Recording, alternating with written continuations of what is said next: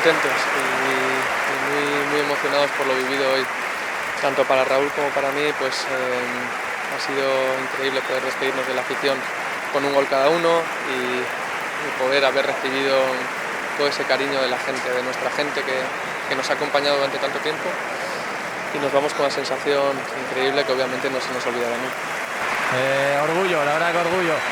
Es una etapa desde cierra, pero me voy muy contento con todo lo que he hecho. Es el ciclo de la vida, ¿no? y del deporte y del atleta. Unos se van, otros se quedan, unos empiezan, y esto se mantiene, se sostiene porque estas cosas pasan y es de forma natural. Estoy muy feliz por la renovación de mi compañero y mi amigo Óscar de Marcos. Ha sido muy bonito también poderle pasar el brazalete.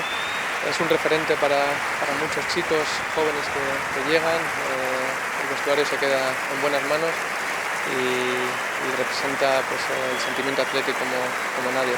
Eso no tiene precio. Cuando la gente te brinda su cariño, su amor, su respeto, es impagable, y poder sentirlo de esta manera es algo muy grande que me llena por dentro, y sé bueno, que esta es mi casa, que lo ha sido y siempre lo será. Y bueno, pues un final muy bonito para todos.